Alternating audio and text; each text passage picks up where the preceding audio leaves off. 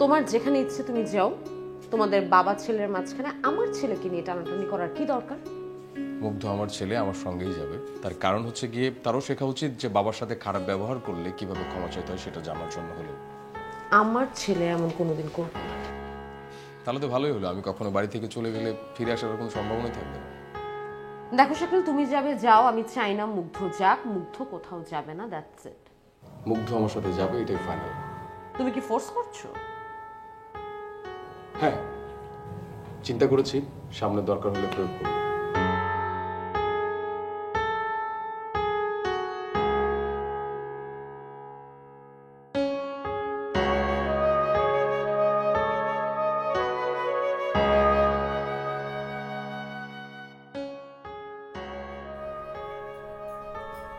আরে মা, আপনি? বাবার শরীর ঠিক আছে তো? হ্যাঁ ঠিক আছে, তুমি এত ব্যস্ত হও না তো।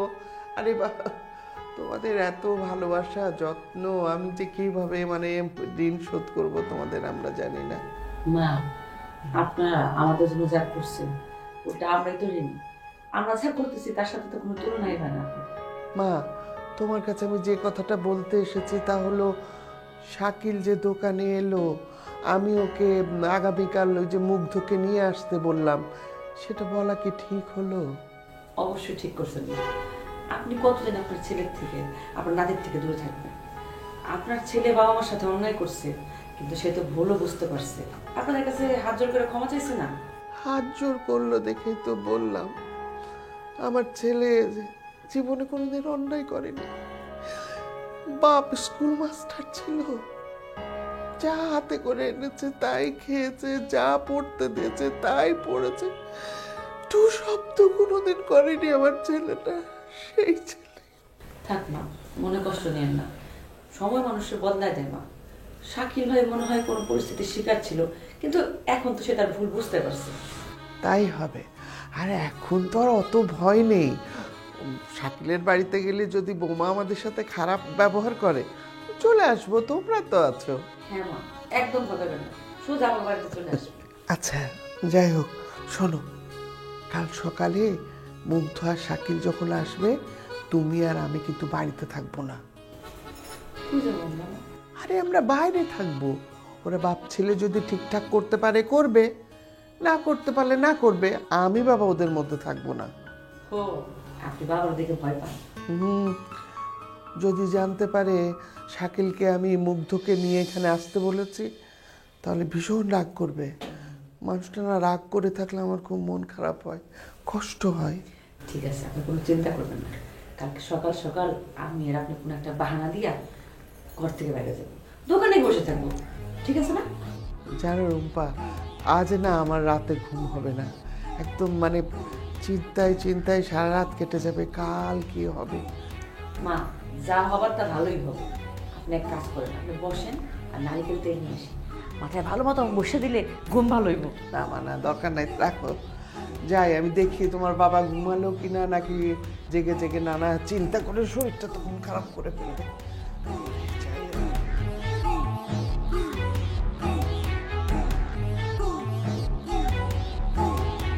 মা, বাবা, আপনার আনন্দ দেখে আমার অনেক খুশি লাগতেছে।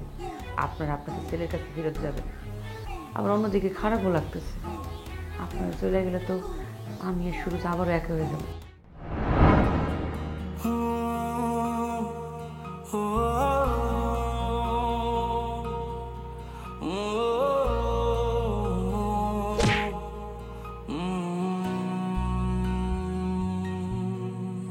এই ইটের খাঁচায় কংক্রিটে ডানা ঝাপটায় ইচ্ছের পাখি, শহর জীবন বোঝে না তেমন, সবটুকু মনে হয় ফাঁকি।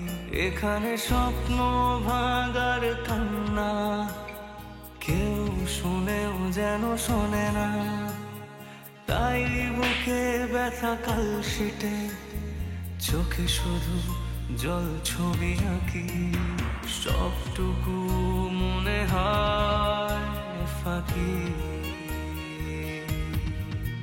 বন্ধ মনের অন্ধকারে মোছে না তো কালো,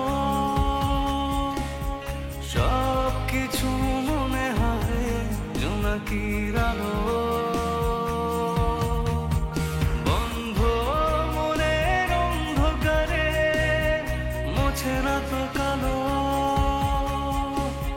সব কিছু মনে হয় জোনাকির আলো, জোনাকির আলো।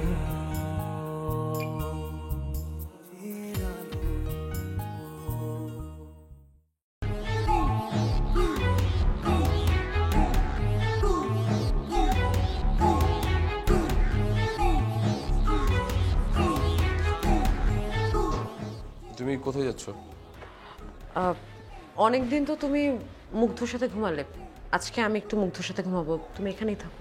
আরে না না, আমি আমার এখানে ভালো আছি, তুমি বরং ওখানে থাকো। দেখো শাকিল, আমার যা বলার আমি অলরেডি বলে দিয়েছি।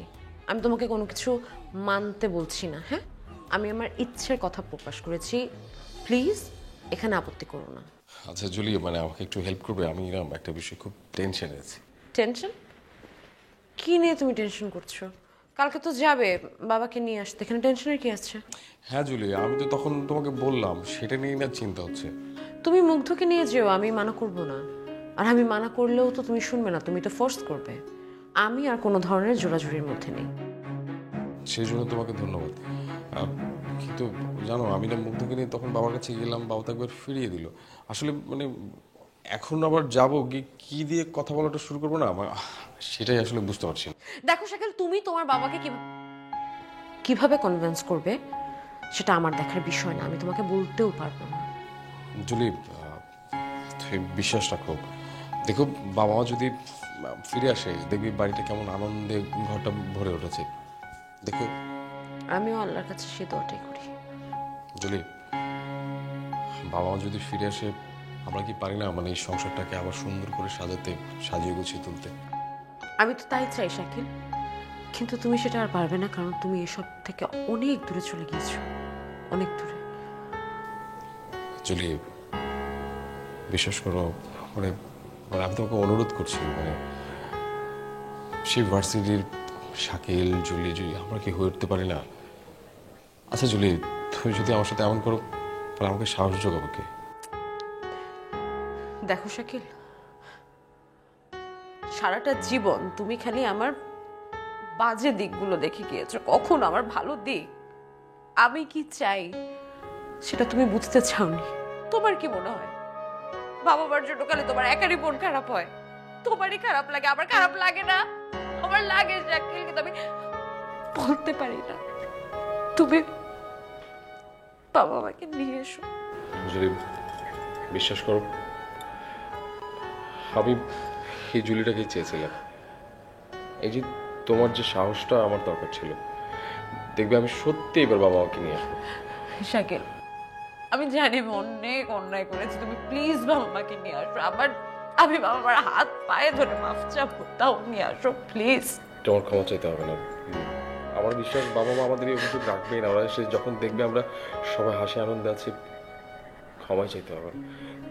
তোমার কাছে অনুরোধ থাকবে, তুমি শুধু এই জুলিটাই থেকো।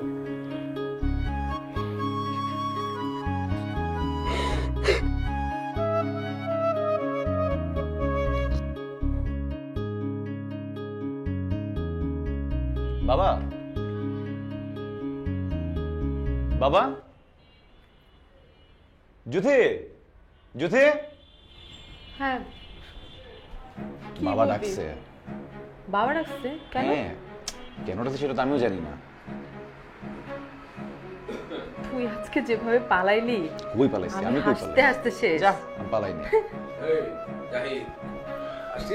হ্যাঁ বাবা, ডেকেছো? দেখেছি, মানে তোদের সাথে তো কথা বলারই সময় হয় না। কই, আমরা তো সারাদিন তোমার সামনে সামনে ঘুরঘুর করতে থাকি। হ্যাঁ, গুড়গুড় করিস, কিন্তু কথা তো বলা হয় না। শোন, তোরে যে কথাটা বলবার জন্য ডাকছি সেটা হলো, হ্যাঁ বাবা বলো। কি জুথির বিয়ে ঠিক করেছে নাকি? আরে না, সারাক্ষণ শুধু বিয়ের ব্যাপারে কথা বলে চলবে নাকি? অন্য একটা কথা বলি তাহলে, না? তাহলে তুই মাসের শেষে যখন বেতন পাবি, ওইখান থেকে কি 1,000 টাকা আলাদা করতে পারবি? কি কাজ বাবা? ওই আমাদের পাশে একটা এতিমখানা আছে, বুঝলি? তো ভাবছিলাম যে 1,000 টাকা যদি ওদেরকে দেয়া যায় তাহলে ওদের খুব উপকার হবে। বাহ, এটা তো খুবই ভালো কথা। হ্যাঁ ঠিক আছে, এক কাজ করবো তাহলে, টাকাটা আমি তোমাকে দিব, তোমার হাত দিয়ে তুমি দিও। আর প্রত্যেক মাসেই ধর একটা নির্দিষ্ট পরিমাণ টাকা, ধর 500 বা 1000 যাই পারিস, ওটা যদি গরিব মিসকিনদের মধ্যে দান করিস তাহলে সারা জীবনে দেখবি যে কোনো কষ্ট তোকে ছুতে পারবে না। ঠিক আছে বাবা, আমি দিব। হ্যাঁ ঠিক আছে, আমি তো যখন লাগে আমাকে বললো, আমি তোমাকে দিয়ে দিব। আচ্ছা, আরেকটা কথা বলতে চাচ্ছিলাম। বাবা, সেটা তুমি কালকেই বললো ভাইয়াকে। কালকে বলবো? আচ্ছা ঠিক আছে, যা যা যা, কালকে। ঠিক আছে। বাবা জানো আজকে কি হয়েছে? কি কি হয়েছে? আরে শিলা আমাদের বাসায় আসার পর ভাইয়া বিভিন্ন জায়গায় শুধু পালানো শুরু করেছে। হ্যাঁ, একবার বারান্দায় গিয়ে লুকাচ্ছে, একবার ওয়াশরুমে গিয়ে লুকাচ্ছে, কে পালায়। তারপর নাকি জেনের সঙ্গে কথা হয়েছে, ভাইয়া বললো। জেনের সাথে কথা হয়েছে? এই জেরিনদের ফ্যামিলিটাকে না আমার পছন্দ না, বুঝলি? এই দেখ, মেয়েটা এতদিন পর বিদেশ থেকে এলো, তারপরেও আমাদের কোনো খোঁজ খবর নিয়েছে? তা তো নেয়নি। তুই কি ওদের ফ্যামিলির কাউকে চিনিস বা জানিস? না বাবা, তা তো চিনি না। তাহলে দেখ, মানে আসলে ওদের সাথে আমাদের বনিবনা ঠিক হবে না। শিলার সাথেই আমাদের সম্পর্কটা টিকলে ভালো হয় আর কি, বুঝলি? তুমি ভাইয়াকে বোঝায় বলো। হ্যাঁ, তা তো বলবো।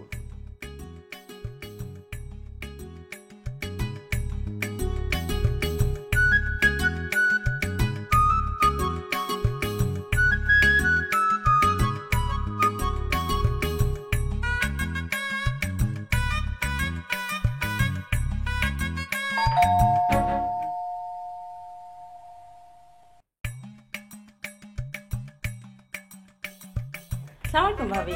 ওয়ালাইকুম আসসালাম। আসেন আসেন ভাবি, আসেন। বসো ভাবি। ভাবি, এত সকাল সকাল আমাদের বাসায় কি মনে করে? চলে এলাম ভাবি, আমাদের জাহিদ নতুন নতুন চাকরি পেয়েছে, আর ওর জন্য একটা গিফট দেবো না, এটা কি হয় ভাবি? হ্যাঁ ভাবি, এখানে জাহিদের জন্য গিফট আছে। কি করেছেন ভাবি? এত কিছু কেন কিনতে গেলেন বলেন তো? শিলা, এত কিছু কোনো দরকার ছিল? আরে এত কিছু কোথায়, সামান্য কিছু গিফট আর কি। মা, আমি তাহলে আসি। আসসালামু আলাইকুম আন্টি, কেমন আছেন? ওয়ালাইকুম সালাম, ভালো আছি বাবা, তুমি কেমন আছো? জি, আমিও ভালো আছি। দেখ না বাবা, তোর আন্টি কত কিছু তোর জন্য মার্কেটিং করেছে। আন্টি, এত কিছু কেন এনেছেন? এত কিছু কোথায়, সামান্য কিছু। বাবা তুমি একটা শার্ট পরে আসো তো, দেখি কেমন লাগে। এত কিছু কেন কিনেছেন আমার জন্য? কেন? মা, তুমিও না, জাহিদ ভাই এখন অফিসে যাচ্ছে, এই সময় কিভাবে আবার চেঞ্জ করবে? ঠিক বলেছে, কিন্তু আমি এখন অফিসে যাচ্ছি। আচ্ছা তাহলে আগামীকাল পড়বো। হ্যাঁ আগামীকালকে? আচ্ছা ঠিক আছে, আসি। জ্যোতি, গিফটগুলো রুমে রেখে দিস। জি, সাবধানে যাই। যা দিনকাল পড়েছে না। ভাবি, ভাইজান কোথায়? আর ওর তো সকালে উঠে হাঁটার অভ্যাস, আজকে একটু দেরি করে উঠেছে, তারপরেও হাঁটতে বেরিয়েছে। ও আচ্ছা, হাঁটা স্বাস্থ্যের জন্য খুবই ভালো। আন্টি, আপনি নাস্তা বানিয়েছেন আজকে? হ্যাঁ, নাস্তা করেছিলাম ওই যে জাহিদের জন্য, জাহিদ খেয়ে চলে গেল অফিসে। আজকে আমি আন্টিদের সাথে নাস্তা করব। তুই যা ভালো মনে করিস। এই দুদিন পর থেকেই তো আবার এখানেই নাস্তা করতে হবে, কি বলেন ভাবি? আন্টি, আপনি তাহলে কিচেনে যান, আমি একটু কাজ শেষ করে আসছি। এই তুই আবার কোথায় যাবি এই সময়? মা, আমি একটু জাহিদ ভাইয়ের সাথে কথা বলে আসি। বাচ্চা মানুষ ভাবি। ঠিক আছে, তাহলে আপনি বসেন, আমি রান্না করে যাই। হ্যাঁ মা, আপনি নাস্তা করে যান না? না না ভাবি, অনেক কাজ আছে বাসায়, অন্যদিন আসবো। একটু চা খাবেন না? আসি। হ্যাঁ চল।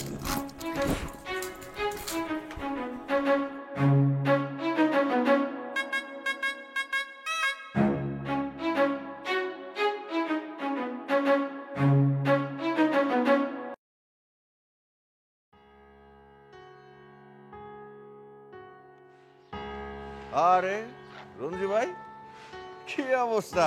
তুমি গ্রাম থেকে ফেরত আসছো? তুই কিডন্যাপ থেকে ফিরে আইতে পারস, আর আমি গ্রাম থেকে ফিরে আইতে পারুম না? হ্যাঁ, তা অবশ্য ঠিকই কইছো। তো রাজনীতি কেমন করলা? আরে গ্রামে তো কোনো রাজনীতি নাই, আর রাজনীতি ছাড়া আমার পেটের ভাত হজমও হয় না। ওইদিকে বাপটাও মরে গেল, তাই ভাবলাম শহরে ফিরে আসি। ভালোই করছো, তোমারই দরকার। চেম্বারে গিয়ে হালিম বাইরে কি কান পড়া দিলি? কান পড়া? কিসের কান পড়া? কোনো কান পড়া না তো। ভালো, কান পড়া না দিলেই ভালো। দেখ মনসুর, তুই কিন্তু অনেক সুযোগ সুবিধা নিছস, আবার তুই বুকে ছুরিও মারছস। তারপরও হালিম ভাই তোরে এত ভালোবাসে, এত খাতির করে কেন জানোস? কেন? কারণ হালিম ভাই তোর বউরে পছন্দ করে। একদম মাইরা ফালাম উল্টা পাল্টা কথা বলে। চাপ দিলে কিন্তু তোর নাড়ি ভুড়ি লাভ দিয়ে একদম ডাস্টবিনে পড়বো। গলা আসতে নামায় কথাটা। তোর মনে র্যাঙ্ক বাড়ছে? র্যাঙ্ক বাড়বো না? আমারই তো র্যাঙ্ক বাড়বে, কারণ তুই তো একটা বেইমান। হালিম ভাইয়ের খেয়ে হালিম বাইরে তুই নেতার লগে মিলে তারে মারতে চাইছিস না? কে কইছে তোরে? আমি বুঝি না বুঝি কিচ্ছু না, আমি সব বুঝি। তুই ভাবছিস যে এগুলা কিচ্ছু হবে না। শোন, এরপরে যদি তুই আমার সাথে কথা বলতে আসিস তাহলে তোর এই বুকটা ফিতার টেপ দিয়ে মাইপা নিয়ে আসবি, নাহলে কিন্তু তোর সিনা আমি একদম খা ফেলাম।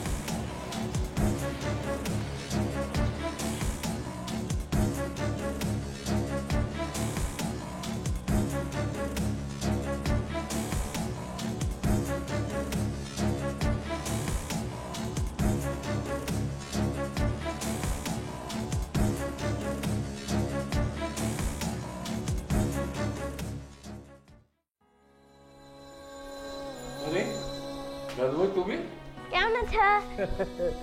আমি তো ভালো আছি, কিন্তু কখন এলে, কিভাবে এলে? বাবা, আমরা তোমাদেরকে নিতে এসেছিলাম। বসো বসো, এখানে বসো। কি খাবে বলো তুমি? দাদি গেল কোথায়? এই কোথায় গেলে তুমি? মুগ্ধ এসছে, চকলেট টকলেট কিছু নিয়ে এসো। দাদু ভাই, আমি কিচ্ছু খাবো না, তোমাকে নিতে এসেছি, চলো। চলো বললেই কি আর যাওয়া যায় দাদু ভাই? কেন যাওয়া যায় না বাবা?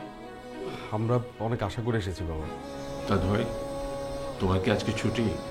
না দাদু ভাই, আমি আজ স্কুলে যাইনি, বাবাও আজ অফিসে যায়নি। বাবার অফিস না যাওয়ার কোনো ব্যাপার না, কিন্তু তুমি স্কুল অফ দিলে কেন? তুমি বাসায় নেই, তাই কারও মন ভালো নেই। তুমি আমাদের সাথে চলো। বাবা, আমাদের বিশ্বাস তুমি আজকে আমাদের ফেরাবে না। দাদু ভাই, তোমার বাবাকে বলো আমি তোমার বাবার সাথে কথা বলতে চাই না। সে আমাদের দুজনের মধ্যে যেন কথা না বলে, না বললে আমি খুশি হব। দাদি কোথায়? তাকে ডাকো। আচ্ছা বাবা, আমি ডেকে নিয়ে আসি। দাদু ভাই, তোমার বাবাকে বলো আমি তার সাথে কথা বলতে চাই না। সে কেন আমার সাথে কথা বলছে বারবার? বাবা, তুমি সাইলেন্ট থাকো, আমি দাদু ভাইকে বুঝিয়ে বাসায় নিয়ে যাব। ঠিক আছে, আমি তাহলে বাইরে গিয়ে দাঁড়াচ্ছি। তোমার বাবাকে বলো যে বাইরে গিয়ে দাঁড়িয়ে থেকে কোনো লাভ নেই, কারণ তোমার দাদি এখন আসবে না। কারণ সে জানে পুরো ব্যাপারটা সেই জন্য সে নিজেকে আড়াল করেছে। তার মানে বাবা, তুমিও সব জানতে? হ্যাঁ, আমি সব ব্যাপারটা জানি বলে রেডি হয়ে বসে আছি যাওয়ার জন্য। বাবা, আমি কিন্তু তা বলিনি। তো কি বলেছো? যে আমার কোনো আত্মসম্মান বোধ নেই? দাদু ভাই প্লিজ, যা হওয়ার হয়ে গিয়েছে। বাবা মা সাফার করছে তোমাকে বাসা থেকে বের করে দিয়ে। তাতে আবার কি? সে সাফার করে, তার জন্য আমি দেই না। বাবা, তোমরা ছিলে তখন নির্দোষ, আর আমি ছিলাম নির্বোধ, তাই এই ধরনের কাজ করেছে। এই নির্বোধ শব্দটা মাহবুব সাহেবের ছেলের মুখে মানায় না। শিলা, আমার অফিসে দেরি হয়ে যাচ্ছে। জাহিদ ভাই শোনো না, অফিস তো যাবা, অফিস তো কাছেই। রাজনীতি কি আমার সাথে তুই বেশি বুঝছ রে? জানো, আমি তো অবাক যে ভাইয়াকে এত বেশি কেয়ার করছিল রিতান্টি, মনে হচ্ছে যে ভাইয়ার নতুন শাশুড়ি। ভাড়াটা যদি ঠিক মতো না দেয় আপনি কিন্তু আমারে জানাইবেন, একেবারে ধইরা হাত পা ভেঙে হলাম। যে কোনো কঠিন জিনিস এত সহজভাবে গলিয়ে দিতে পারে না। তো জাহিদ ভাই যদি বিয়ে না করে তাহলে কিভাবে এই বাড়িতে বউ হবে? কিভাবে আবার জোর কইরা আমি বউ হব, তুই মাইনা নিবে কিনা বল। সবটুকু মনে হয় ফাঁকি, বন্ধ মনের অন্ধকারে মোছে না তো কালো। সবকিছু মনে হয় জোনাকির আলো, জোনাকির আলো, জোনাকি।